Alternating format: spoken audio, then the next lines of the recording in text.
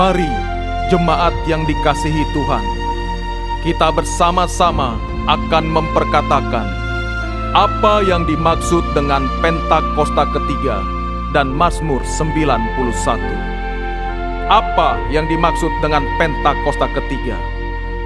1. Pentakosta ketiga adalah pencurahan Roh Kudus yang dahsyat di zaman ini, melebihi yang terjadi di Azusa Street.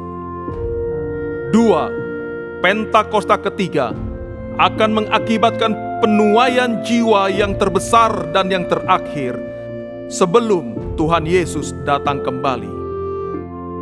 3. Pentakosta ketiga akan membangkitkan generasi Yeremia, yaitu anak-anak muda yang dipenuhi Roh Kudus, cinta mati-matian kepada Tuhan Yesus, tidak kompromi terhadap dosa, dan akan bergerak untuk memenangkan jiwa. 4. Pentakosta ketiga lahir di Indonesia dan bergerak ke bangsa-bangsa. Gerakan ini dari timur ke barat dan akan kembali ke Yerusalem. 5. Pentakosta ketiga akan memberikan kuasa untuk menyelesaikan amanat agung, dan setelah itu Tuhan Yesus akan datang kembali. Dan mari bersama kita sepakat dan percaya akan firman Tuhan yang terdapat di dalam Mazmur 91. Dalam lindungan Allah, orang yang duduk dalam lindungan yang maha tinggi dan bermalam dalam naungan yang maha kuasa akan berkata kepada Tuhan, tempat perlindunganku dan kubu pertahananku, Allahku yang ku percayai. Sungguh Dialah yang akan melepaskan engkau dari jerat penangkap burung, dari penyakit sampar yang busuk. Dengan kepaknya Ia akan menudungi engkau, di bawah sayapnya engkau akan berlindung. Kesetiaannya ialah perisai dan pagar tembok. Engkau tak usah takut terhadap kedahsyatan malam, terhadap panah yang terbang di waktu siang, terhadap penyakit sampar yang berjalan di dalam gelap, terhadap penyakit menular yang mengamuk di waktu petang. Walau 1000 orang rebah di sisimu dan 10.000 di sebelah kananmu, tetapi itu tidak akan menimpamu. Engkau hanya menontonnya dengan matamu sendiri dan melihat pembalasan terhadap orang-orang fasik. Sebab Tuhan ialah tempat perlindunganmu, yang maha tinggi telah kau buat tempat perteduhanmu. Malapetaka tidak akan menimpa kamu, dan tulah tidak akan mendekat kepada kemahmu. Sebab malaikat-malaikatnya akan diperintahkannya kepadamu untuk menjaga engkau di segala jalanmu. Mereka akan menatang engkau di atas tangannya, supaya kakimu jangan terantuk kepada batu. Singa dan ular tedung akan kau langkahi. Engkau akan menginjak anak singa dan ular naga. Sungguh hatinya melekat kepadaku, maka aku akan meluputkannya. Aku akan membentenginya, sebab ia mengenal namaku. Bila ia berseru kepadaku, aku akan menjawab. Aku akan menyertai dia dalam kesesakan. Aku akan meluputkannya dan memuliakannya. Dengan panjang umur akan kukenyangkan dia, dan akan kuperlihatkan kepadanya keselamatan daripadaku. Haleluya! Amin. Kami buka ibadah hari ini di dalam nama Tuhan Yesus Kristus. Haleluya! Amin. Puji nama Tuhan. Shalom. Shalom. Sekali lagi shalom. Boleh tengokkan dirinya sambil bilang selamat hari Minggu, selamat beribadah. Bapak Ibu, saya percaya setiap kita yang hadir di tempat ini adalah orang-orang memiliki tujuan yang sama. Sama-sama kita menyembah Allah kita, Tuhan Yesus yang sudah lahir bagi setiap kita. Dia mengasihi setiap kita, bahkan Dia juga mati untuk kita, memberikan nyawanya. Maka dari itu hari ini mari sama-sama kita datang ke Tuhan Yesus. Kita bawa penyembahan yang terbaik, sebab Tuhan kita layak untuk kita. Amin. Mari sama-sama kita bersatu dalam doa. Tuhan Yesus yang baik, terima kasih Tuhan Yesus. Ini setiap kami Tuhan datang kepadamu Tuhan Yesus. Kayak bawa hati kami, hidup kami Tuhan. Biar hari ini Tuhan, hanya nama-Mu yang kami tinggikan dan hanya nama-Mu yang kami muliakan Tuhan Yesus. Bertatalah Engkau atas pujian setiap kami. Di dalam nama Tuhan Yesus, mari sama-sama katakan amin.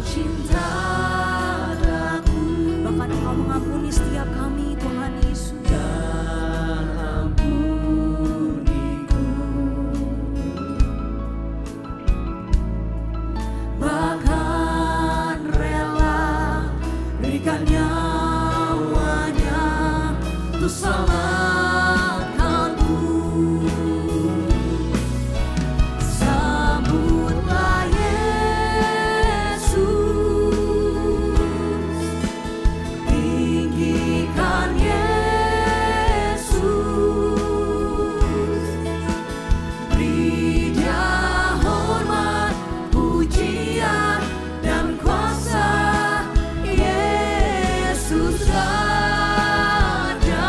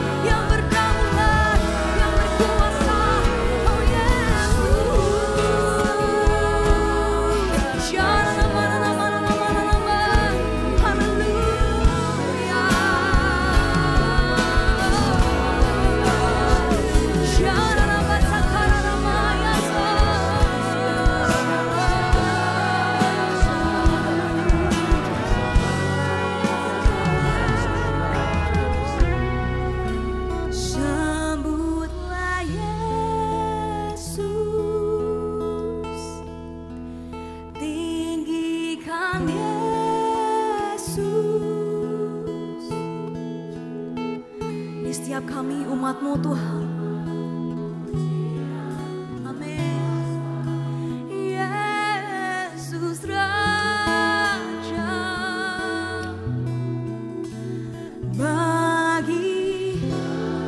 sebab hanya Engkau yang termulia dalam hidup kami Tuhan.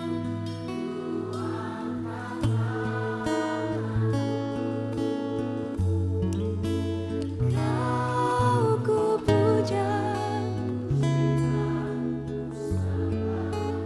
haleluya. Dengan tangan yang terangkat nyatakan, sambutlah. Kami buka hati kami Tuhan Yesus. Tinggikan, kami menyambut-Mu Tuhan. Beri Dia hormat, biar segala pujian dan hormat hanya bagi-Mu Yesus, Raja setiap kami. Amin. Bagi Yang mulia, ku angkat tanganku. Kau ku puja, ku cinta, ku sembah. Haleluya.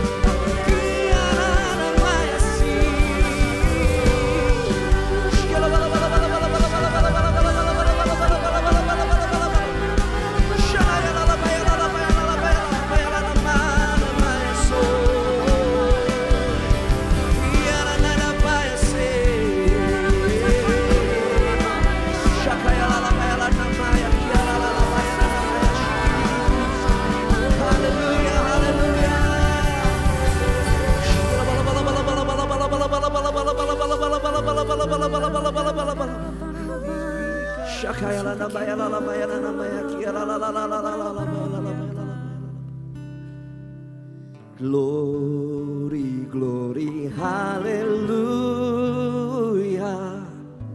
Glory, glory, hallelujah.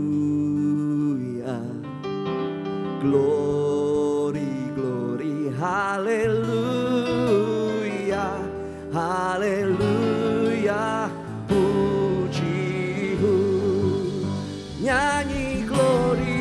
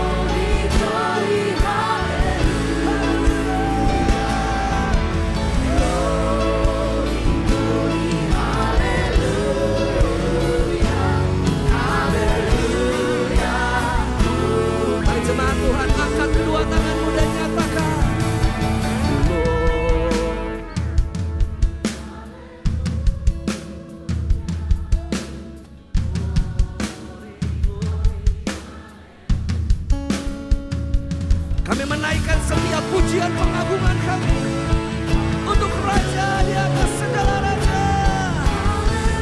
Haleluya. Tepuk tangan yang terbaik buat Allah kita. Sama-sama nyatakan. Glory, glory, haleluya.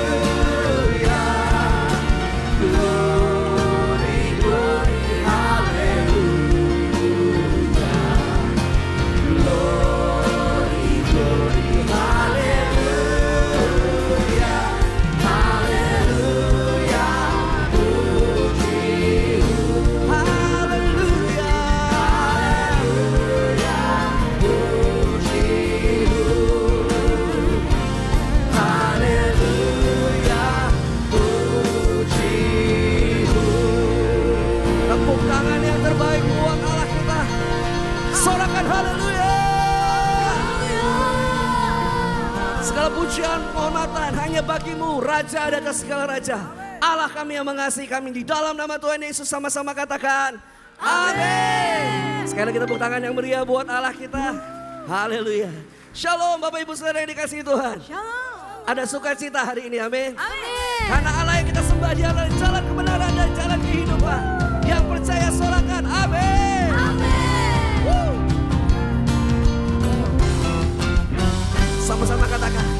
Yesus jalan kebenaran dan jalan kehidupan, itu yang Yesus katakan. Aku percaya amin. Di dalam namanya ada keselamatan kekal. Yesus jalan Jalan kebenaran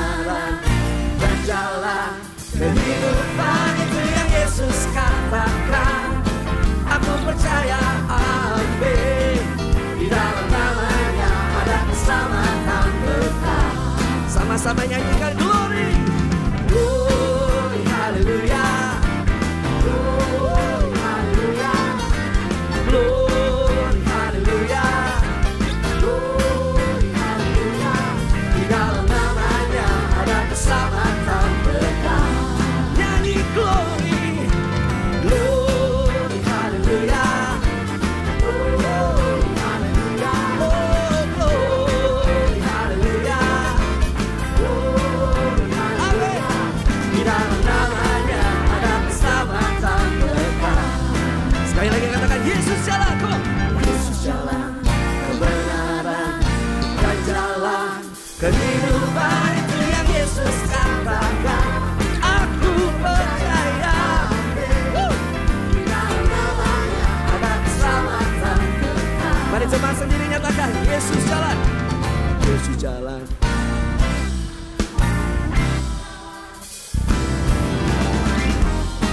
Yang percaya katakan amin. Di dalam namanya. Sama-sama nyatakan, come on, glory. Glory, hallelujah. Glory, hallelujah. Oh, glory, hallelujah. Glory, hallelujah. Di dalam namanya ada keselamatan kekal. Nyanyikan glory. Glory, hallelujah. Glory, hallelujah. We sing glory. Hallelujah. Hallelujah. Di dalam namanya ada keselamatan kekal. Biarkan musik memuji Tuhan. Mari sama-sama tepuk tangan di atas kepala. Go. Kami bersuka cita karena kami tahu Allah yang kami sembah adalah jalan, kebenaran dan kehidupan. Haleluya. Mari jemaat sendiri katakan glory. Glory, haleluya. Glory, haleluya. Di dalam namanya. Boleh sambil lambaikan tangan. Katakan.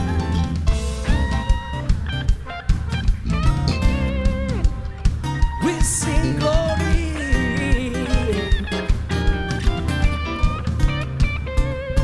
Di dalam namanya. Bersama-sama nyatakan glory. Glory, hallelujah. Glory, hallelujah. Say glory, hallelujah. Glory, hallelujah. Di dalam namanya ada keselamatan kekal. Di dalam namanya ada keselamatan kekal. Di dalam namanya ada keselamatan. Tepuk tangan yang terbaik buat Allah kita.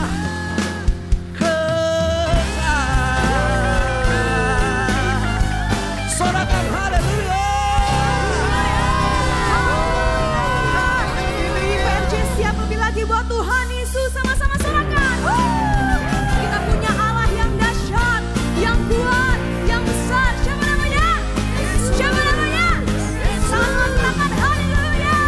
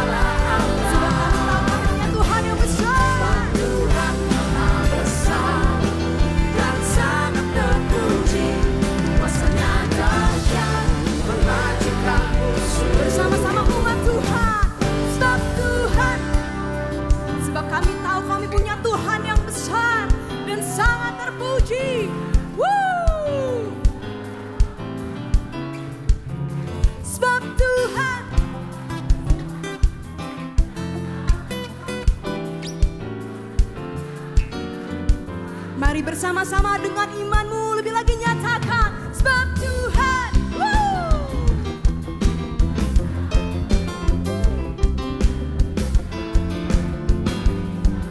Ini iman setiap kami, Tuhan Yesus. Dan sangat terpuji, kuasanya dahsyat menghancurkan musuh. Sebab Tuhan Maha Besar dan sangat terpuji, Dia lebih dahsyat dari segala Allah yang dahsyat. Sebab Tuhan Maha Besar dan sangat terpuji, kuasanya dahsyat menghancurkan musuh. Kuasanya dahsyat, dahsyat, dahsyat, dahsyat, dahsyat, dahsyat, dahsyat menghancurkan musuh. Sama-sama sorakan, haleluya. Haleluya buat Tuhan Yesus.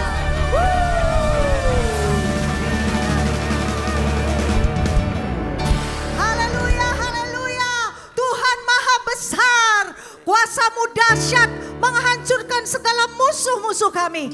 Kuasa-Mu dahsyat di atas segala kelemahan kami. Dan dengan satu hati kami mengucap syukur atas kuasa-Mu yang dahsyat menyertai Indonesia sepanjang tahun ini. Sehingga Indonesia diluputkan dari segala bentuk money politik, diluputkan dari segala krisis ekonomi, krisis pangan maupun energi. Kami bersepakat Tuhan dan mengucap syukur. Kami percaya bahwa di tahun-tahun yang ke depan kuasa-Mu akan lebih dahsyat lagi menyertai bangsa kami Indonesia. Tudung perlindungan Tuhan akan senantiasa mengiringi bangsa kami melewati hari-hari di tahun depan dengan penuh kemenangan. Terima kasih Bapa. Saat ini kami mengangkat tangan memberkati dengan roh hikmat kebijaksanaan Bapak Presiden dan Wakil Presiden kami, Bapak Prabowo serta Bapak Gibran, serta seluruh jajaran Kabinet Merah Putih.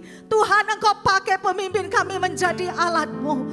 Biarlah Tuhan visi misi Tuhan saja yang terlaksana dalam setiap program-program kerja pemerintah Indonesia. Sehingga setiap suku-suku bangsa, wilayah di Indonesia penuh dengan kemuliaan Tuhan. Dan kuasa Tuhan dinyatakan. Setiap pemimpin-pemimpin daerah yang terpilih, mereka dapat bekerja dengan penuh tanggung jawab, dengan toleran, dan juga dengan tangguh untuk melaksanakan tugas mereka. Untuk mendatangkan kesejahteraan bagi rakyat Indonesia. Sehingga Indonesia diluputkan. Perekonomian Indonesia semakin pulih dan maju menuju Nusantara baru Indonesia maju. Terima kasih Bapak. Kami berdoa terus mendukung Gembala sidang kami Pak Niko dan juga Gembala CK7 yang kami kasihi Dr. Yanto. Bapak, Kau terus mengurapi kedua hamba-Mu dengan roh hikmat pewahyuan ilahi Allah dalam pelayanan dan pengembalaannya senantiasa untuk membawa satuan tubuh Kristus menjadi murid dan umat yang layak di hadapan Tuhan. Kuasa-Mu terus Kau mengalir dalam pelayanan mereka. Sehingga kemanapun kedua hamba-Mu melangkah, Kau utus. Di situ akan dinyatakan kemuliaan Tuhan. Berkati kehidupan kedua hamba-Mu, keluarga besarnya. Dengan berkat-berkat kesehatan dan perlindungan Tuhan yang sempurna. Tuhan, kami berdoa mengucap syukur Tuhan. Untuk generasi bangsa kami, generasi Yeremia. Generasi muda di CK7 maupun di bangsa-bangsa. Kami berdoa biarlah di era Pentakosta ketiga ini ada lawatan gelombang tsunami terjadi atas anak-anak muda.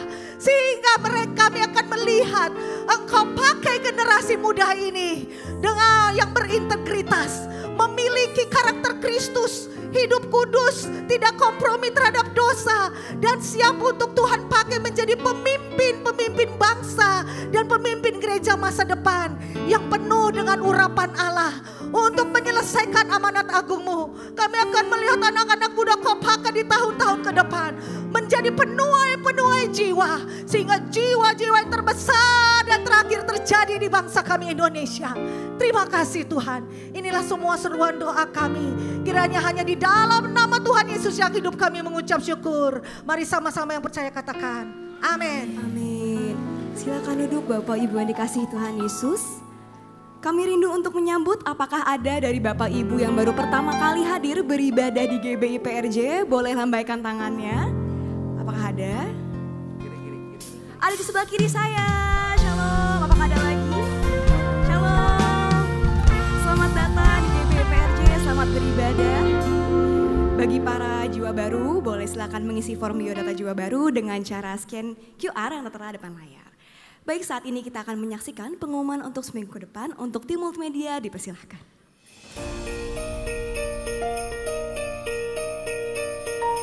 Shalom, berikut kami sampaikan beberapa pengumuman.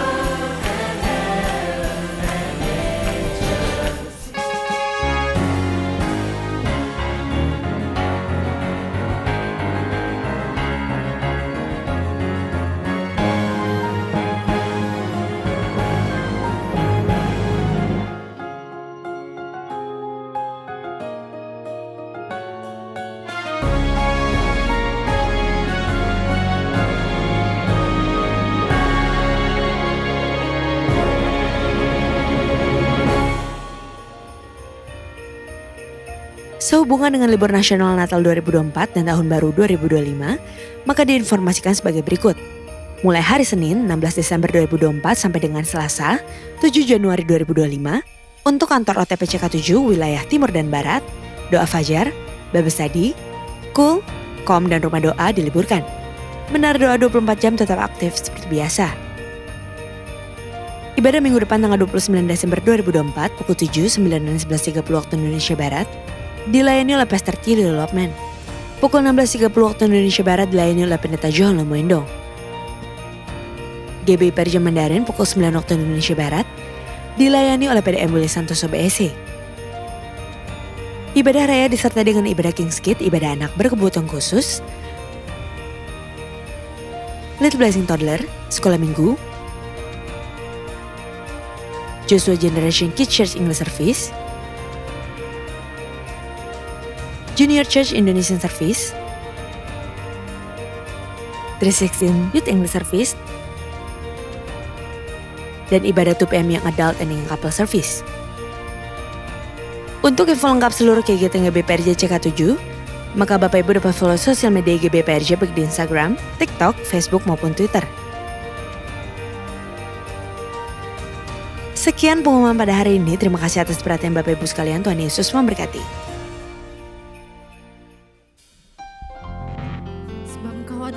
Yang begitu baik Tuhan Yesus bagi setiap kami.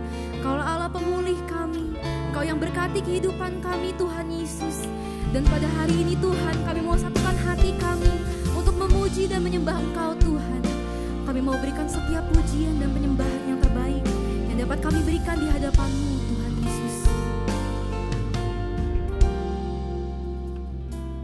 Kau Tuhan yang selamatkanku, terima kasih Yesus. Kau Tuhan yang pulihkanku, terima kasih.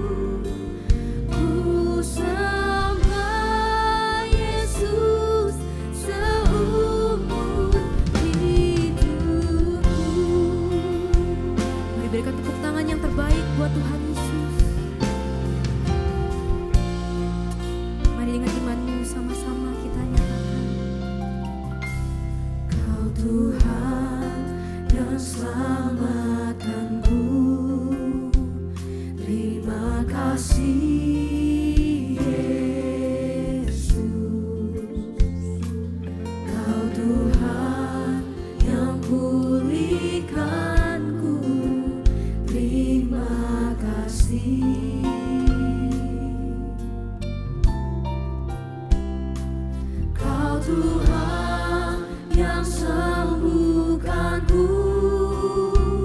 Terima kasih Yesus, Kau Tuhan memberkatiku. Terima kasih. Segala pujian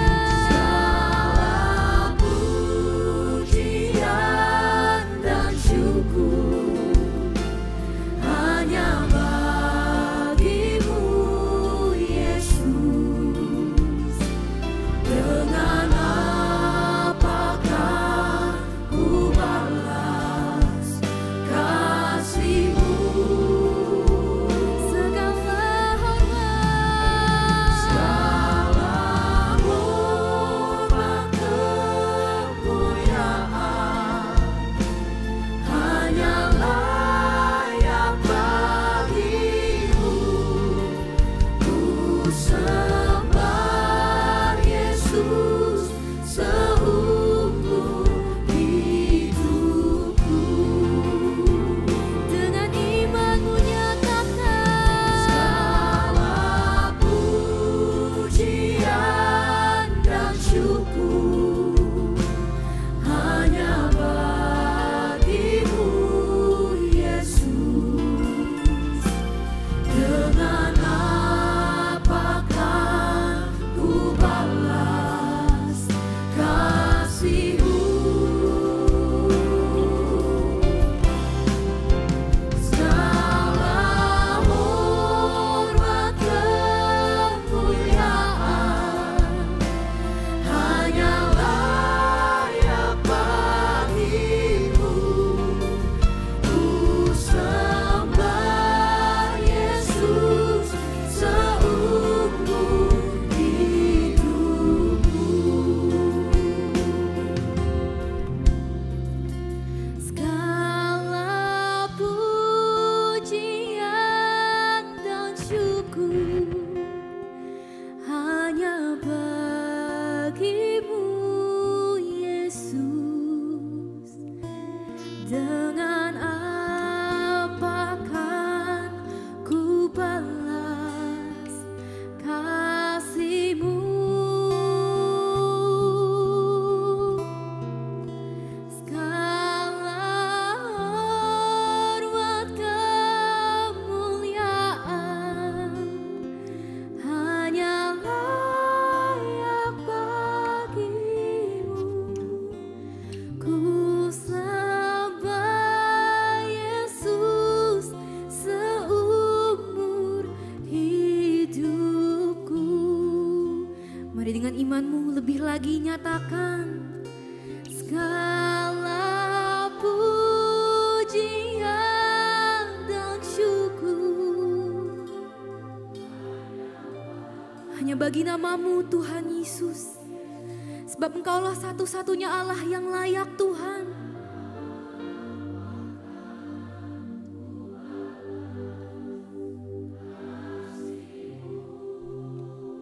Segala hormat dan kemuliaan Tuhan Yesus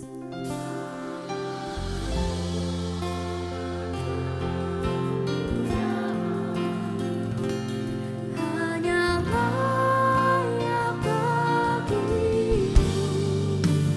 Ku sembah Yesus seumur hidupku.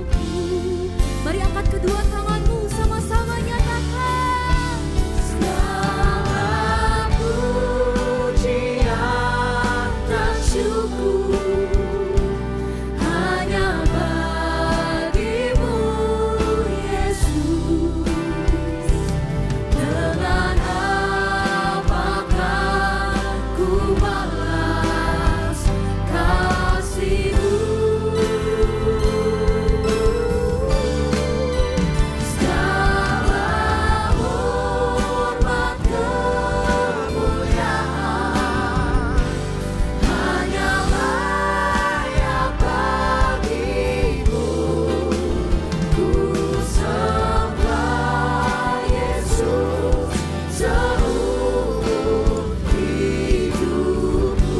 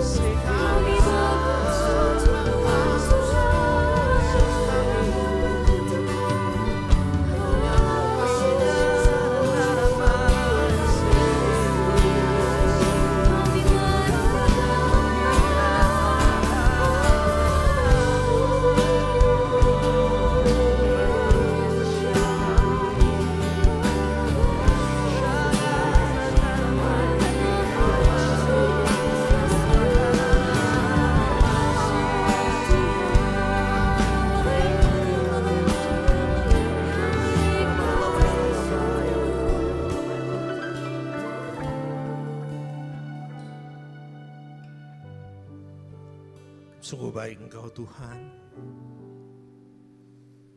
Dengan apa kami bisa membalas kebaikan-Mu Tuhan?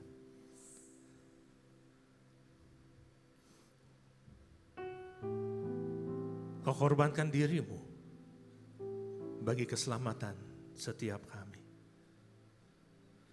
Kau berikan yang terbaik daripada-Mu bagi setiap kami Tuhan. Terima kasih Tuhan. Hanya puji dan syukur yang kami bisa berikan kepada-Mu Tuhan. Karena memang hanya Engkau yang layak untuk menerima segala puji dan hormat. Terima kasih Tuhan. Terima kasih Bapa. Pimpin kami Tuhan. Untuk kami bisa ada selalu di dalam jalan-Mu Tuhan. Pimpin kami Tuhan. Supaya kami tidak menyia-nyiakan pengorbanan-Mu Tuhan. Pakai kami untuk menjadi kemuliaan bagi nama Tuhan. Terima kasih Tuhan, terima kasih. Terima kasih untuk hari ini kami bisa berada di sini Tuhan. Memuji, menyembah Engkau, menikmati hadirat-Mu. Kami percaya dalam hadirat-Mu selalu ada pengharapan yang baru Tuhan. Urapi kami semua. Urapi hamba-Mu ini juga Tuhan. Agar setiap pesan yang disampaikan datangnya hanya daripada-Mu. Dan biarlah setiap benih yang ditabur akan bertumbuh dan berbuah. Terima kasih Tuhan Yesus. Di dalam nama Tuhan Yesus Kristus kami sudah berdoa. Amin. Kita beri kemuliaan untuk Tuhan Yesus Bapak Ibu semuanya. Thank you teman-teman semua. Shalom Bapak Ibu. Wah luar biasa loh. Ini sudah mau akhir tahun ya. Tinggal 1 minggu lagi kita beribadah ya pada hari Minggu nanti tanggal 29, tanggal 25 kita ada perayaan Natal bersama-sama ya. Bapak Ibu datang bawa jiwa, kita menangkan jiwa-jiwa untuk kerajaan Allah. Amin. Amin. Nah Bapak Ibu Tuhan Yesus pada hari ini saya ingin bawakan satu tema bicara mengenai pikirkanlah perkara yang di atas. Waktu saya terima tema ini Bapak Ibu, ini adalah tema yang diberikan oleh Gembala Sidang kita Pak Niko. Dia katakan tema Natal untuk tahun ini 2024 adalah pikirkanlah perkara yang di atas. Saya langsung berpikir Bapak Ibu, kok tema Natal tiba-tiba mengenai memikirkan hal yang di atas. Biasanya tema Natal bicara mengenai kelahiran Tuhan Yesus. Tema Natal bicara mengenai kasih. Tapi hari ini Gembala Sidang kita mengatakan bahwa pikirkanlah perkara yang di atas. Tadi saya di ruang tunggu dengan Pak Sunario kita ngobrol-ngobrol. Pasti ada pesan profetik ya Pak. Kalau dari Gembala Sidang kita menyampaikan sesuatu yang gak umum, pasti ada maknanya nih. Bapak Ibu Tuhan Yesus kita harus mengucap syukur kita ada di satu wadah di mana kita digembalakan oleh seorang gembala yang luar biasa. Gembala terkasih kita Dr. Yanto yang begitu disiplin memperhatikan domba-dombanya.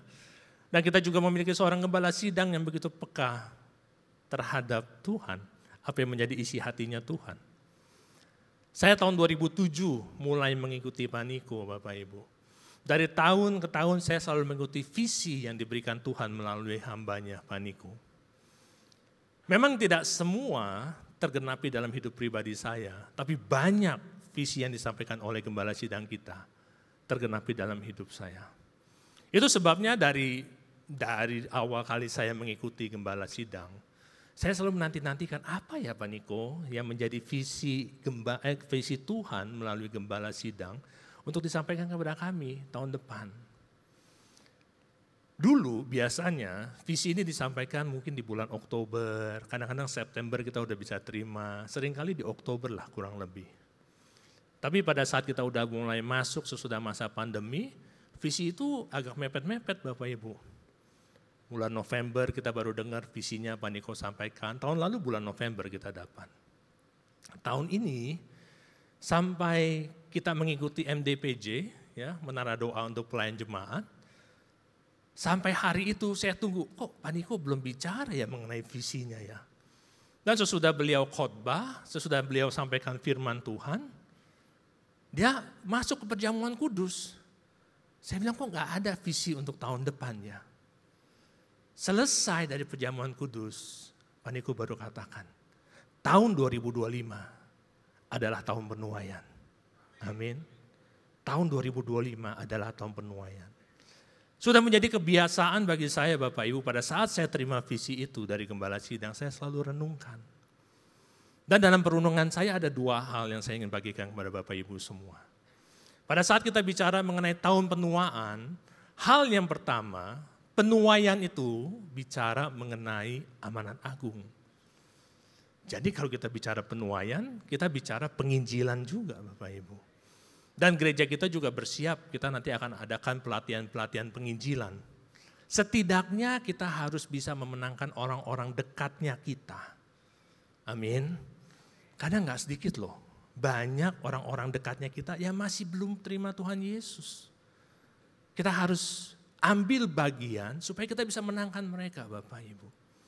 Dan kalau saya ingat pada saat saya ikut Everyone Asia kemarin, conference, ada seorang hamba Tuhan dari Australia Bapak Ibu pada saat itu. Dia katakan begini, kalau kita bicara mengenai amanat agung itu nggak bisa terjadi kalau tidak ada unity.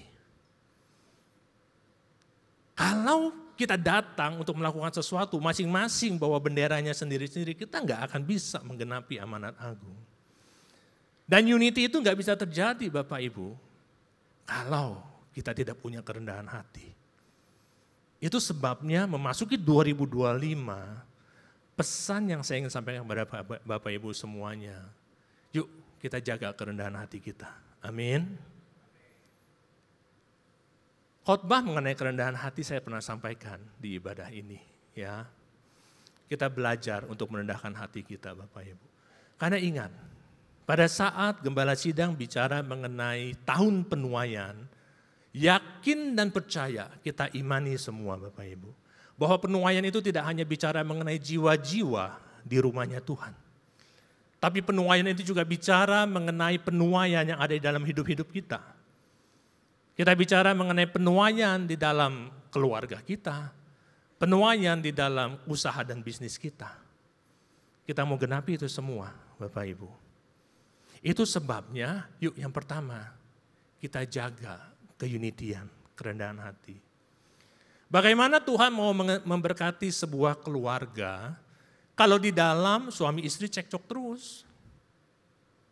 Kita belajar bangun keunitian itu. Bagaimana Tuhan mau memberkati suatu bisnis ataupun usaha, tapi di dalam kantor ini, di dalam perusahaan ini selalu ada keributan di antara bidang-bidang yang terkait.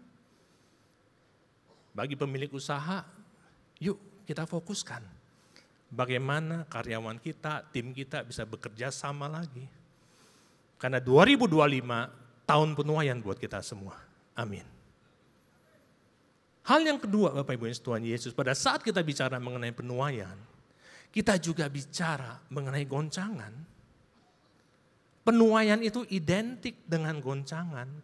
Semakin besar penuaian, semakin besar goncangan. Tapi kepada mereka yang mengandalkan Tuhan, kita ada di dalam kerajaan yang tidak tergoncangkan. Amin. Itu sebabnya kita harus terus bangun hubungan kita dengan Tuhan. Pada saat saya renungkan itu, saya mengerti Bapak Ibu. Oh ternyata ini maksudnya Pak Niko. Kenapa tema Natal itu bicara mengenai pikirkanlah perkara yang di atas. Karena kita akan menyambut tahun penuaian 2025. Dan di tahun penuaian ini kita bicara mengenai goncangan. Mulai saat ini kita disiapkan. Yuk mulai pikirkan hal yang di atas, bukan hal yang di dunia. Supaya apa? Supaya kita menang dan kita menuai bagi kerajaan Allah. Amin. Kita beri kemuliaan dulu untuk Tuhan Yesus. Bapak Ibu nangkep ya yang saya sampaikan ya. Gembala sidang kita adalah seorang hamba Tuhan yang diurapi, ya. Dan saya mengucap syukur, saya bisa mengikuti apa yang beliau dapatkan terus dari Tuhan. Itu sebabnya pada saat kita masuk dari tahun ke tahun, yuk kita perhatikan apa yang menjadi pesan Tuhan. Kita baca yuk Bapak Ibu yang Tuhan Yesus, apa yang menjadi firman Tuhan di bulan Natal ini. Diambil dari Kolose 3 ayat 1 sampai dengan 3. Firman Tuhan berkata begini, karena itu kalau kamu dibangkitkan bersama dengan Kristus, carilah perkara yang di atas. Di mana Kristus ada, duduk di sebelah kanan Allah, pikirkanlah perkara yang di atas, bukan yang di bumi. Sebab kamu telah mati dan hidupmu tersembunyi bersama dengan Kristus di dalam Allah. Bapak Ibu yang Tuhan Yesus, kebanyakan dari kita orang-orang percaya. Pada saat kita mengambil keputusan, yes, aku mau diselamatkan. Aku menerima Tuhan Yesus sebagai Tuhan dan Juru Selamat. Aku dimerdekakan, aku terlepas dari dosa. Lalu kita berpikir bahwa kita adalah orang yang bebas dan kita bisa melakukan apa yang kita mau. Tapi sesungguhnya firman Tuhan berkata demikian Bapak Ibu. Justru pada saat kita dibangkitkan bersama dengan Kristus, di Galatia 2 ayat 20 berkata, aku hidup, tapi bukan aku sendiri yang hidup. Aku hidup, tapi ada Kristus di dalam aku yang hidup. Amin Bapak Ibu. Itu sebabnya kita harus pikirkan perkara yang di atas. Karena yang ada di dalam kita bukan kita lagi yang lama, tapi di dalam kita adalah Tuhan Yesus. Dan kita semua sudah dibayar lunas. Hari ini kita sudah nyanyikan bersama-sama Bapak Ibu. Begitu baiknya Tuhan itu, bahkan dia mengorbankan dirinya untuk menebus dosa kita semua. Itu sebabnya pesannya begitu clear. Yuk, pikirkanlah perkara yang di atas Bapak Ibu. Kenapa? Karena hal-hal yang ada di bumi ini datangnya bukan daripada Tuhan. Firman Tuhan di 1 Yohanes 2 ayat 16 Bapak Ibu berkata begini. Sebab semua yang ada di dalam dunia, yaitu keinginan daging, keinginan mata, keangkuhan hidup, bukan berasal dari Bapa. Tapi itu adalah dari dunia Bapak Ibu. Keinginan daging, keinginan mata, dan keangkuhan hidup. Dan Tuhan memperingatkan kepada kita semua, ini dari dunia. Pikirkanlah perkara yang di atas, yang datangnya daripada aku. Bapak Ibu Tuhan Yesus, iblis akan terus berusaha membawa kita kepada apa yang datangnya daripada dunia ini. Iblis akan terus berusaha untuk kita membangun keinginan daging kita, membangun keinginan mata kita, membangun keangkuhan hidup kita.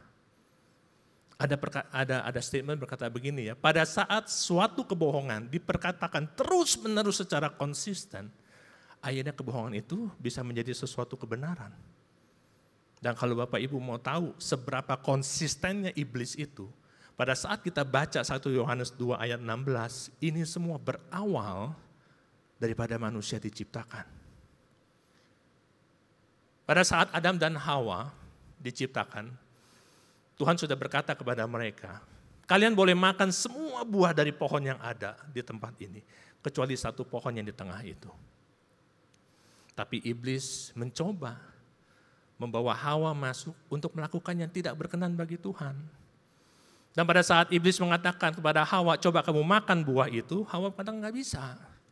Tuhan sudah berkata, aku nggak boleh makan buah itu. Tuhan sudah berkata. Tapi iblis katakan, Tuhan nggak kasih kamu makan buah itu karena Tuhan tahu. Pada saat kamu makan buah itu, kamu akan seperti Allah. Kamu bisa membedakan yang baik dan yang buruk. Dan pada saat itulah, di slide yang berikutnya kita bisa lihat di Kejadian 3 ayat 6a. Perempuan itu melihat kembali dan dia melihat kepada pohon itu. Dan ternyata dia lihat, ternyata pohon ini baik untuk dimakan. Untuk memenuhi keinginan dagingnya dia. Dan ternyata sedap kelihatannya untuk memenuhi keinginan matanya dia. Dan dia juga mulai berpikir, pohon ini menarik hati karena bisa memberikan pengertian. Karena dia bisa seperti Allah untuk memenuhi apa yang menjadi keangkuhan hidupnya Bapak Ibu.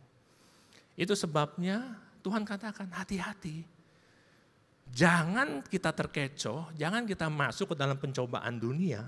Masuk keinginan daging, keinginan mata, dan keangkuhan hidup. Itu sebabnya Tuhan katakan pikirkanlah perkara yang di atas.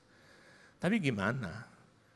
Pikirkanlah perkara yang di atas, artinya apakah kita harus selalu berpikir mengenai Tuhan, atau apa yang kita harus lakukan, Bapak Ibu. Yuk kita belajar hari ini. Kita akan belajar dari apa yang dilakukan Tuhan Yesus. Karena Tuhan Yesus pun dicobai dengan hal yang sama, Bapak Ibu. Dengan 3 hal ini, dengan keinginan daging, keinginan mata, dan keangkuhan hidup. Kita tahu bagaimana Tuhan Yesus pada saat dia mau mulai pelayanannya, dia memberikan dirinya untuk dibaptis. Dia dibaptis oleh Yohanes Pembaptis, dia keluar dari baptisan dan Tuhan berkata di sana bahwa ini adalah anakku. Dan pada saat Tuhan Yesus selesai dari baptisan, dia pergi ke padang gurun dan dia berpuasa 40 hari 40 malam lamanya, Bapak Ibu. Dia merendahkan dirinya untuk memulai pelayanan dia. Tapi apa yang terjadi? Pada saat dia di padang gurun, dia justru dicobai oleh si iblis. Kita pelajari Bapak Ibu. Pencobaan apa yang dilakukan iblis kepada Tuhan Yesus dan bagaimana Tuhan Yesus merespon. Kita baca yuk pencobaan yang pertama. Yang pertama adalah pencobaan atas keinginan daging. Di Lukas 4 ayat 3-4 dikatakan begini, lalu berkatalah iblis kepada Tuhan Yesus, kalau kamu anak Allah, suruh batu itu menjadi roti. Kamu kan sudah 40 hari 40 malam gak makan. Kamu kan pasti lapar. Yuk penuhi keinginan dagingmu. Suruh batu itu jadi roti. Tapi Tuhan Yesus berkata, manusia hidup itu gak cuma dari roti aja. Dan Musa pada saat dia mengiringi bangsa Israel sebelum bangsa Israel masuk ke tanah perjanjian, dia memberi pesan kepada bangsa Israel, Bapak Ibu. Tertulis di Ulangan 8 ayat 3. Dia katakan begini, jadi rendahkanlah hatimu, jadi ia merendahkan hatimu, ia itu Tuhan. Tuhan merendahkan hatimu, membiarkan engkau lapar dan memberikan engkau mana. Manusia hidup bukan dari roti saja, tapi manusia hidup dari segala yang diucapkan oleh Tuhan. Kalau kita lihat peristiwanya bagaimana Tuhan berfirman dan akhirnya bangsa Israel mendapatkan daging dari burung puyuh, mendapatkan roti dari mana setiap pagi dari embun, itu adalah dari perkataan Tuhan. Dan Musa katakan, kita ini hidupnya enggak cuma dari roti, tapi dari setiap hal yang diperkatakan oleh Tuhan, yang diucapkan oleh Tuhan. Artinya kita harus terus baca firman Bapak Ibu. Supaya kita dijauhkan dari perbuatan daging ini. Galatia 5 ayat 19 sampai dengan 21 jelas mengatakan apa sih yang namanya perbuatan daging. Perbuatan daging itu bicara mengenai percabulan, kecemaran, hawa nafsu, penyembahan berhala, sihir, dan seterusnya. Bapak Ibu bisa baca. Dan dikatakan di situ barang siapa melakukan hal-hal yang demikian, ia tidak mendapat bagian dalam kerajaan Allah. Itu sebabnya sekali lagi Tuhan ingatkan, pikirkanlah perkara yang di atas, bukan yang di bumi. Karena yang di bumi bicara mengenai keinginan daging. Dan Tuhan sudah katakan, keinginan daging ini, kamu gak dapat bagian dalam kerajaan Allah. Kalau kita benar-benar bisa mengindahkan, kita bisa lepas dari perbuatan daging ini Bapak Ibu. Yang tersisa adalah apa? Yang tersisa adalah buah-buah roh. Di Galatia 5 ayat 22. Beberapa waktu lalu saya juga sudah sampaikan di sini mengenai buah roh ini, Bapak Ibu. Dan buah roh ini nggak bisa kita kejar. Justru yang kita harus lakukan adalah kita harus hilangkan perbuatan daging itu.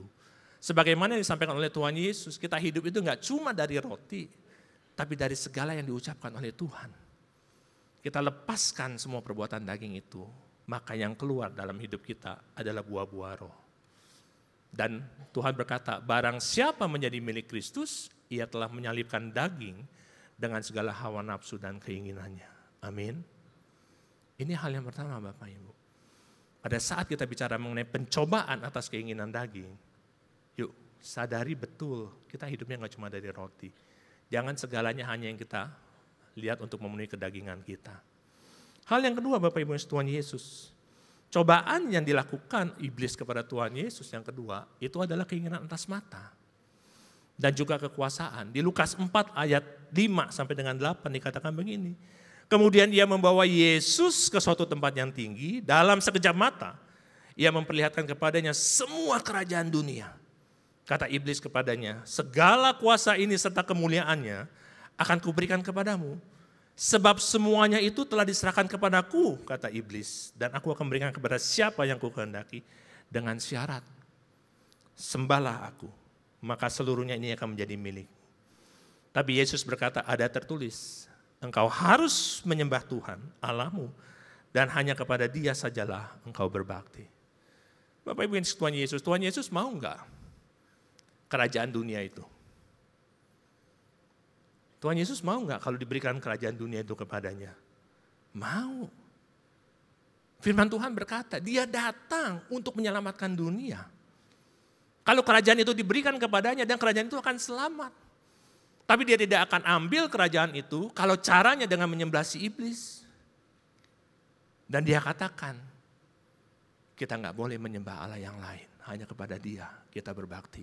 Amin. Bangun keintiman kita Tuhan. Bapak Ibu dengan Tuhan.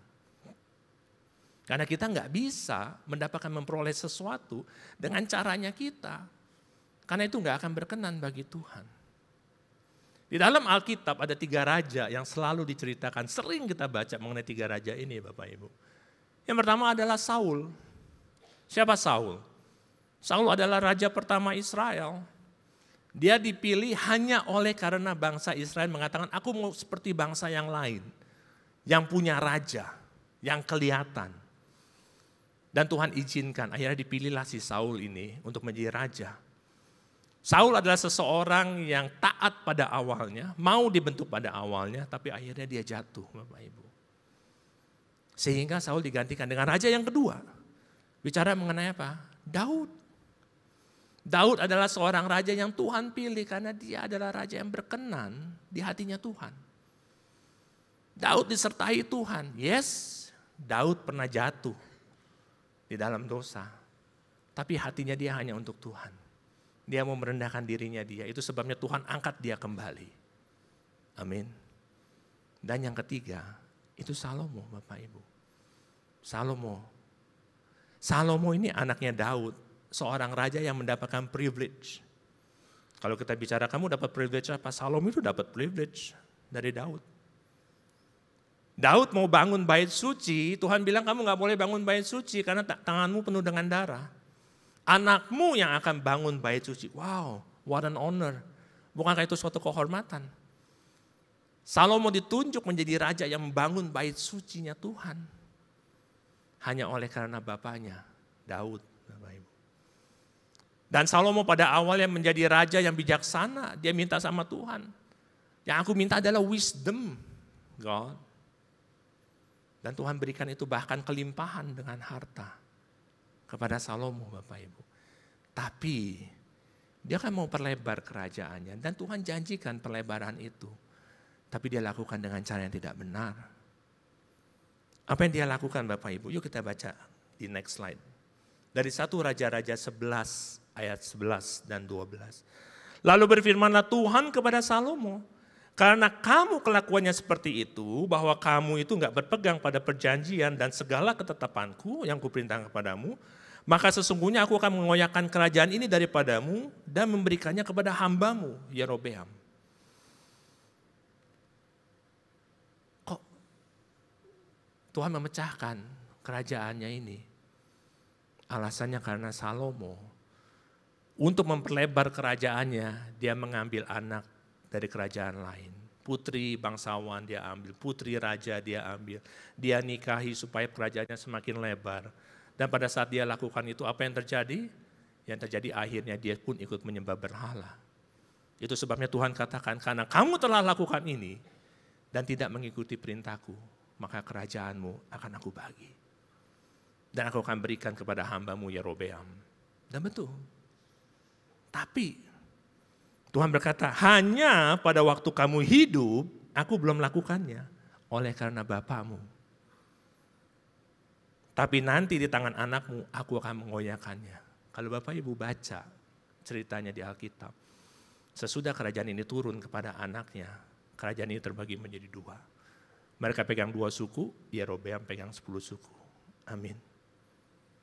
Yuk, kita punya keinginan, tapi kita mau lakukan dengan cara yang benar di hadapan Tuhan. Hal yang ketiga Bapak Ibu yang setuhan Yesus. Pencobaan yang iblis lakukan kepada Tuhan Yesus yang ketiga adalah pencobaan atas keangkuhan hidup. Dan mencobai Tuhan. Lukas 4 ayat 9-12 berkata begini, kemudian ia membawa Yesus ke Yerusalem dan menempatkan dia di bubungan bait Allah dan berkata kepadanya, kalau kamu betul anak Allah, coba deh jatuhkan dirimu dari sini ke bawah, sebab ada tertulis mengenai engkau, ia akan memerintahkan malaikat-malaikatnya untuk melindungi engkau.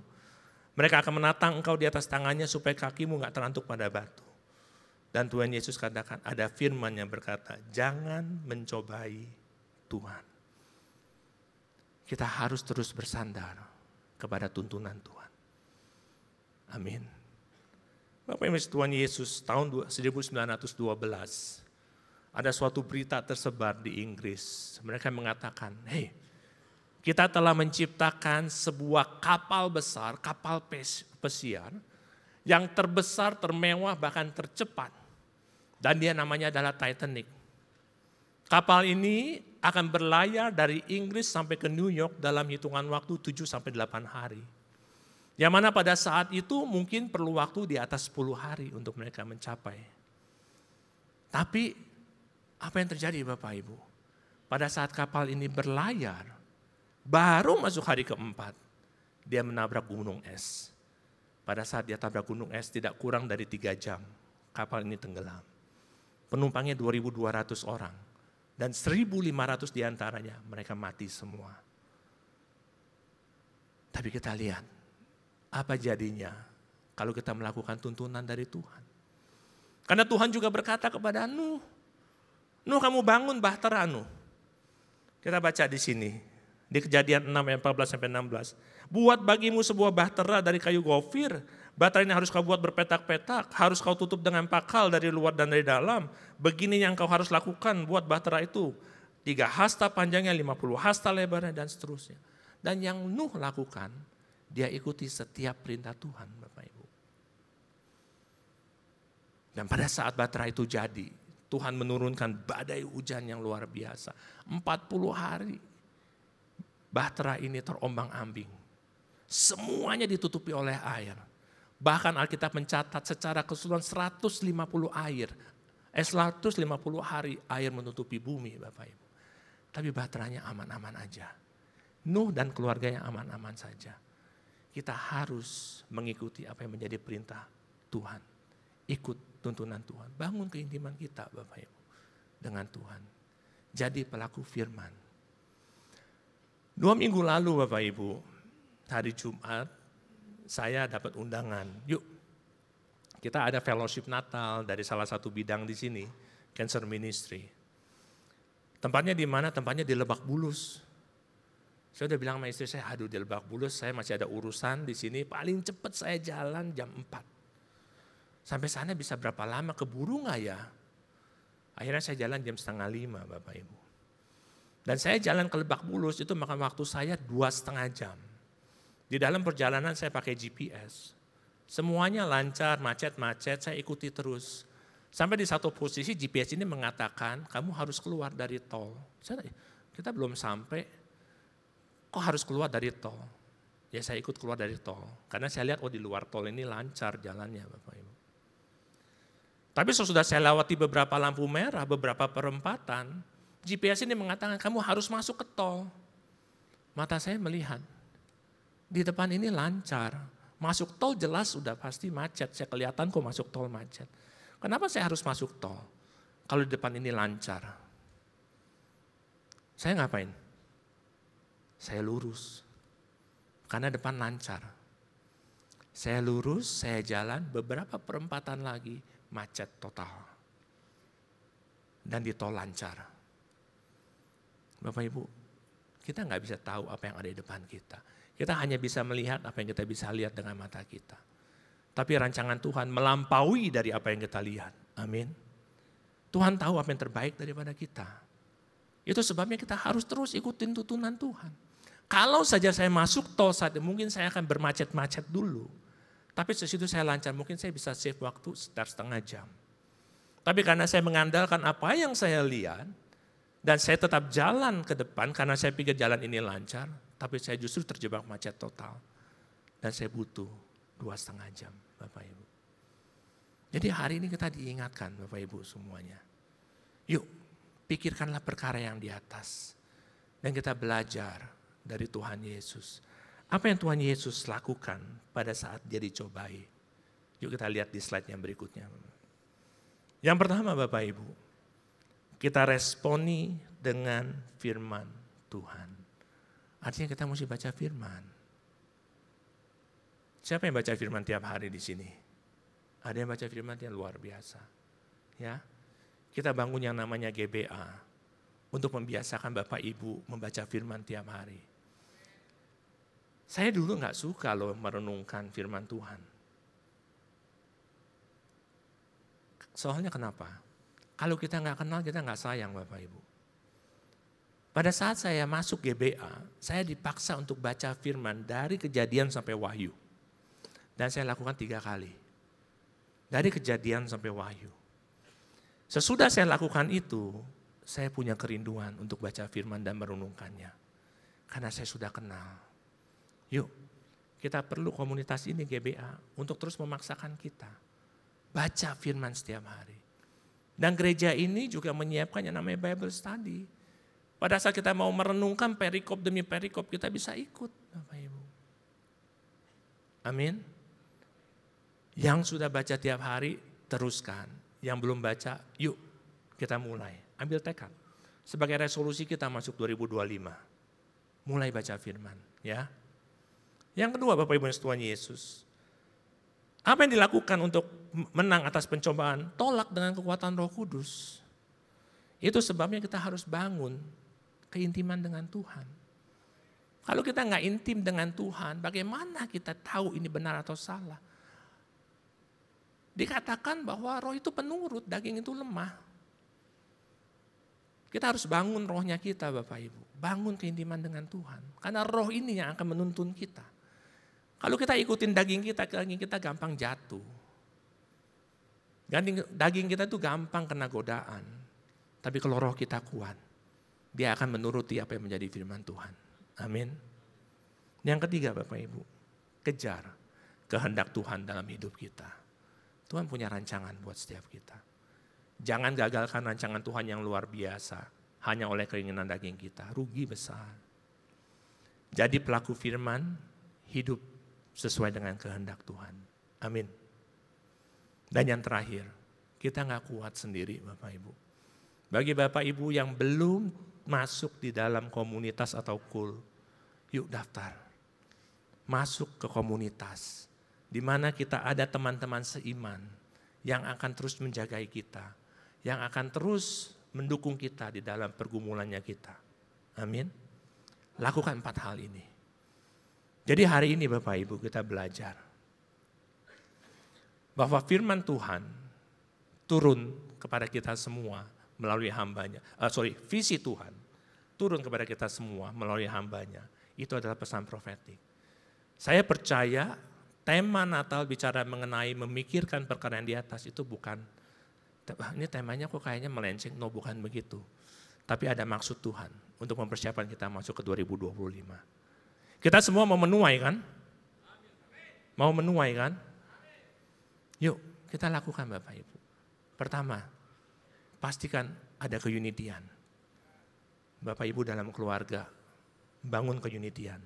Suami istri, orang tua anak, bangun keunitian. Kalau 2024 ini kita melihat, ada pergumulan di keluarga, selesaikan. Karena kita mau menuai 2025. Ya. Kalau Bapak Ibu perlu bantuan, perlu dukungan dari konseling, dari caring, hubungi kami Bapak Ibu. Kami siap, kami bantu. Ya. Yang kedua, yuk semakin intim sama Tuhan. Pikirkan perkara yang di atas. Karena 2025 bicara penuaian, bicara juga goncangan. Hanya kepada Tuhan kekuatan kita. Amin. Sebagai penutup Bapak Ibu Tuhan Yesus. Teman-teman boleh siap, yuk. Minggu lalu, mungkin Bapak Ibu juga terima ya. Di YouTube Short itu ada satu ceramah yang diberikan oleh Rick Warren. Dia ceramah di acara wisuda ya.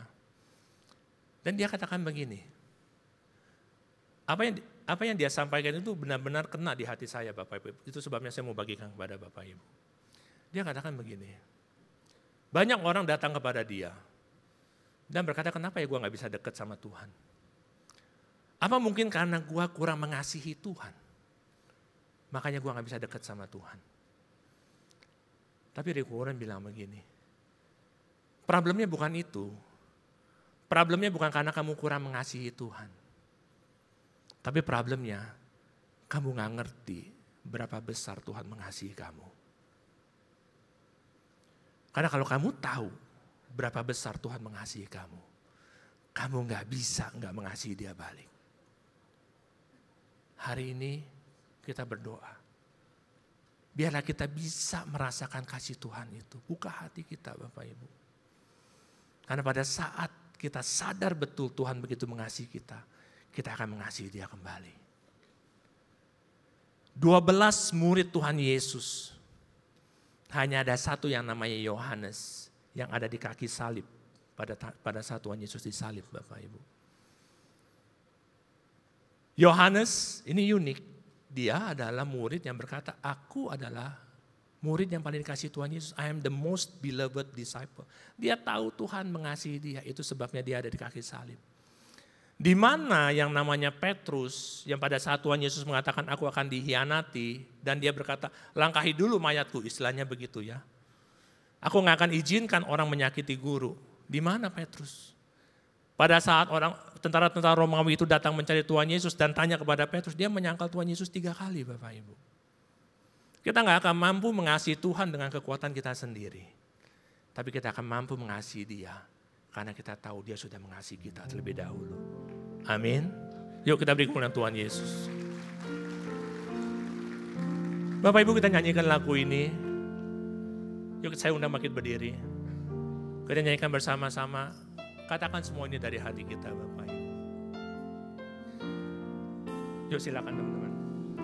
Semua karena anugerah-Mu.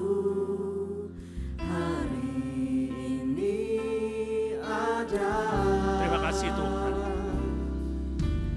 Bukan karenaku, apapun yang kita ada hari ini Tuhan, bukan karena kekuatan kita Bapak, tapi semuanya adalah oleh karena Tuhan. Kita bawa hati kita kepadanya, penyembahanku, sembah Tuhan. semakin berkurang, Yesus makin bertambah.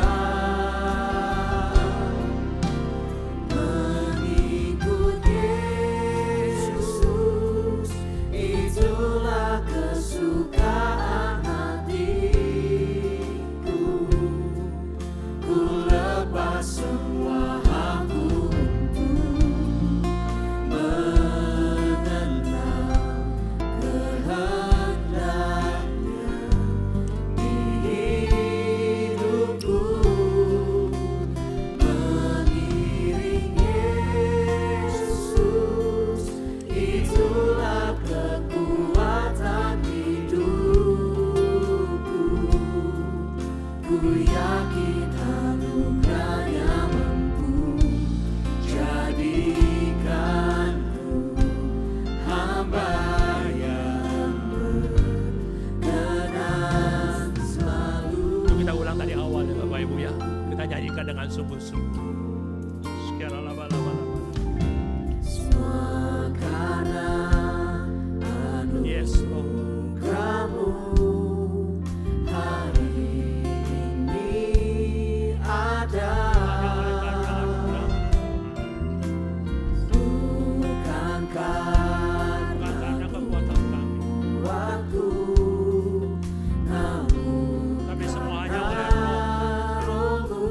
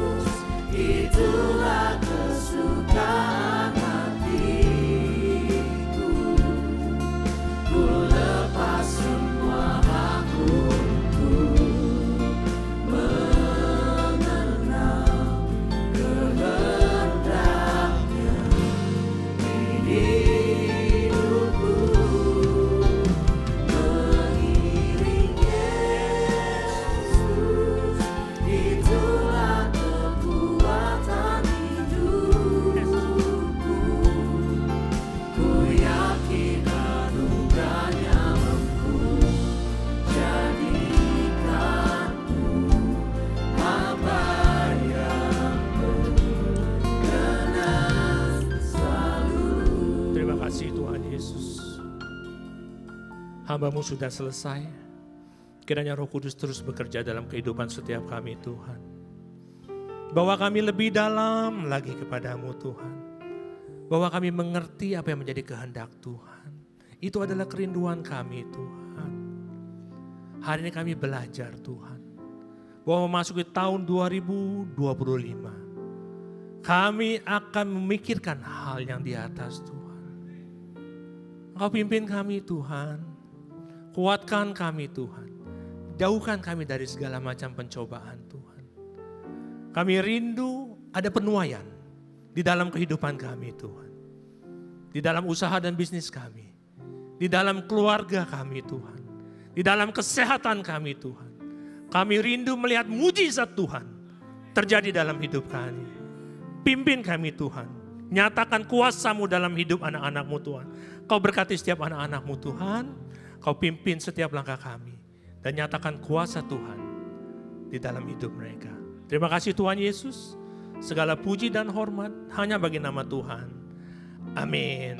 Kita beri kemuliaan untuk Tuhan Yesus Bapak Ibu semua. Silakan duduk Bapak Ibu yang dikasih Tuhan Yesus. Mewakili gembala, pengerja dan juga jemaat GBPRJ, kami ucapkan terima kasih atas pelayanannya Bapak PDM Willy Santoso BSc. Kiranya Tuhan Yesus memberkati Bapak dan keluarga berlimpah. Ini saatnya setiap kita memberi persembahan, mari sama-sama kita siapkan persembahan yang terbaik untuk Tuhan Yesus. Persembahan dapat dilakukan dengan scan kris yang tertera depan bangku Bapak Ibu dan juga depan layar. Mohon dipastikan penerimanya ialah kolekte GBI PRJ. Persembahan juga dapat dilakukan melalui tunai. Apabila Bapak Ibu memerlukan amplop, boleh lambaikan tangannya, maka para pengerja akan membantu.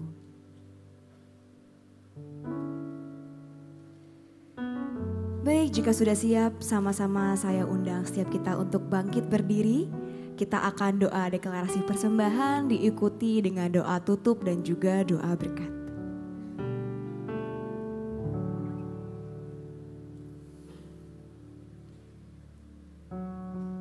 Mari kita bersatu dalam doa. Bapa, kami bersyukur buat semua berkat-Mu. Kami membawa persembahan sebagai wujud syukur. Kami percaya kami menerima kesehatan, keluarga, bisnis, pekerjaan dan kuliah yang terbaik. Ini adalah waktu memberi persembahan di dalam nama Tuhan Yesus. Amin. Segalanya yang ku miliki, semuanya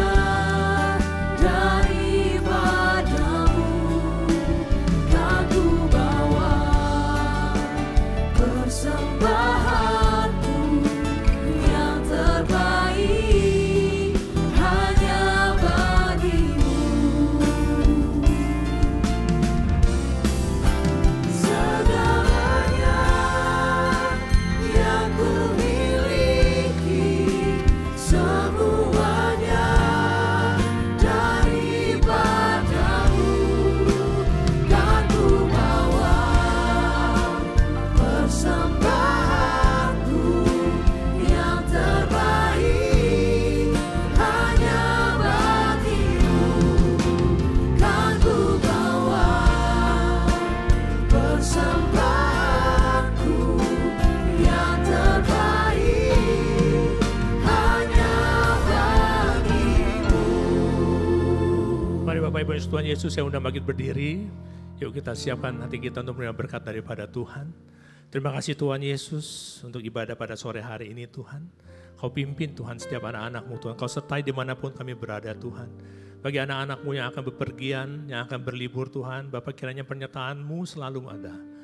Berikan keselamatan Tuhan, berikan sukacita Tuhan. Biar kami semua bisa menikmati perjalanan kami Tuhan.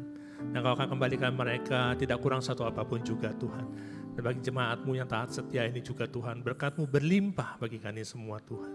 Dan saat ini kami akan siapkan hati kami untuk menerima berkat daripada Tuhan. Mari Bapak Ibu Tuhan Yesus, terimalah berkat yang berlimpah-limpah dari Allah Bapa, kasih karunia dari anak yang tunggal Tuhan Yesus Kristus, dan penyertaan yang manis dari Roh Kudus, mulai sekarang sampai Maranatha, bahkan selama-lamanya. Mari setiap kena yang percaya dan sudah diberkati, sama-sama kita katakan, amin. Shalom saudara, Natal merupakan sebuah perayaan yang sangat dinantikan oleh banyak orang Kristen. Di banyak tempat, Natal biasanya dirayakan bersama-sama dengan sukacita dan dalam persekutuan yang hangat bersama keluarga, kerabat, dan sahabat. Kebiasaan merayakan Natal dalam kebersamaan dengan keluarga tidak terlepas dari tradisi orang-orang Yahudi untuk berkumpul dan makan bersama dengan keluarga dalam merayakan hari-hari besar. Injil Lukas menceritakan kelahiran Yesus Kristus di Betlehem. Bersamaan dengan peristiwa sensus yang diadakan oleh Kekaisaran Romawi, pada waktu itu semua keluarga dalam jajahan Kekaisaran Romawi harus berkumpul di kota leluhur mereka. Yusuf dan Maria yang berasal dari keturunan Daud harus pergi ke kota Daud yang bernama Betlehem. Meskipun pertemuan ini didorong oleh kewajiban dari pemerintahan Romawi, hal ini menjadi tonggak sejarah dalam merayakan Natal, di mana keluarga-keluarga berkumpul dari berbagai daerah dan perantauan.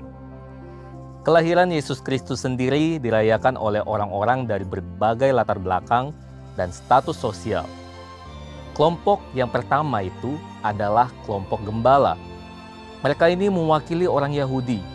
Mereka orang yang sederhana dalam hal ekonomi maupun kepandaian. Kelompok yang kedua itu adalah orang Majus dari timur. Mereka ini mewakili orang yang bukan Yahudi. Mereka orang pandai dan orang kaya. Nah, dua kelompok ini datang kepada Tuhan Yesus untuk menyembahnya. Dari hal-hal tersebut, kita dapat melihat bahwa Natal berbicara mengenai persekutuan, persatuan, dan juga penyatuan keluarga. Perayaan Natal sendiri mencerminkan nilai-nilai kekristenan. Di antaranya, yang pertama keluarga. Dalam kitab Kejadian, tergambarkan dengan jelas bahwa keluarga adalah sebuah lembaga yang secara khusus diciptakan langsung oleh Tuhan. Penciptaan Adam dan Hawa sebagai keluarga adalah bukti penciptaan lembaga keluarga oleh Tuhan secara khusus dan spesial. Yang kedua, persekutuan. Persekutuan perlu diusahakan dan diberikan prioritas dalam keluarga. Yang ketiga, memberi dan saling berbagi. Natal mengingatkan kita akan kerelaan dalam memberi tanpa mengharapkan balasan. Seperti yang diajarkan oleh Allah sendiri. Ia mengaruniakan anaknya yang tunggal supaya manusia yang percaya kepadanya dapat memperoleh hidup yang kekal. Tercatat di dalam Yohanes 3 ayatnya yang ke-16. Demikian juga kehidupan orang Kristen, mencerminkan apa yang sudah diteladankan oleh Allah sendiri untuk memiliki kerelaan dalam memberi dan berbagi kepada orang lain. Yang keempat, kerelaan untuk saling memaafkan dan komitmen bersama untuk memulihkan hubungan. Dalam sebuah hubungan, pastilah terjadi kata-kata yang menyakitkan, tingkah laku yang merugikan, prinsip yang berbeda, bahkan keadaan pun dapat membuat hubungan menjadi dingin. Untuk mengatasi itu semua, berbagai pihak harus memiliki kerelaan untuk saling memaafkan, bahkan menerima kelebihan dan kekurangan dari setiap anggota keluarga. Persekutuan yang hangat tidak dapat terjadi tanpa adanya komitmen untuk saling memaafkan, saling menerima, bahkan kerinduan untuk terjadinya pemulihan hubungan bagi setiap hubungan yang rusak. Roma 12 ayat 18 menuliskan, "Sedapat-dapatnya kalau hal itu bergantung padamu, hiduplah dalam damai dengan semua orang." Efesus 4 ayat 32, "Tetapi hendaklah kamu ramah seorang terhadap yang lain, penuh kasih mesra dan saling mengampuni, sebagaimana Allah di dalam Kristus telah mengampuni kamu." Yang kelima, melayani bersama. Yosua 24 ayat 15b menuliskan, "Tetapi aku dan seisi rumahku, kami akan beribadah kepada Tuhan." Di masa ini, di saat setiap orang tenggelam dalam kesibukannya masing-masing, perayaan Natal mengingatkan kita akan pentingnya untuk memulihkan dan memelihara sebuah hubungan. Allah yang maha besar dan maha agung saja rela untuk mengaruniakan anaknya yang tunggal demi memulihkan hubungan antara Allah dan manusia yang sudah rusak. Demikian juga harapan Allah bagi kita semua. Setelah hubungan vertikal dengan Allah dipulihkan, hubungan horizontal kita pun dengan sesama, dengan keluarga, kerabat, dan sahabat pun dipulihkan. Tugas utama kita adalah menyelesaikan amanat agung Tuhan Yesus. Tugas besar ini hanya bisa kita lakukan kalau kita sebagai anggota tubuh Kristus mau bersatu dengan rendah hati. Dengan kasih dan cinta seperti yang telah Tuhan Yesus ajarkan, kita mampu bekerja bersama untuk mewujudkannya. Saudara, untuk penjelasan lebih lengkap dari tim teologi kami, silakan untuk membuka link yang ada di atas atau scan QR Code yang tersedia. Merry Christmas everyone and Happy Holiday. Tuhan Yesus memberkati.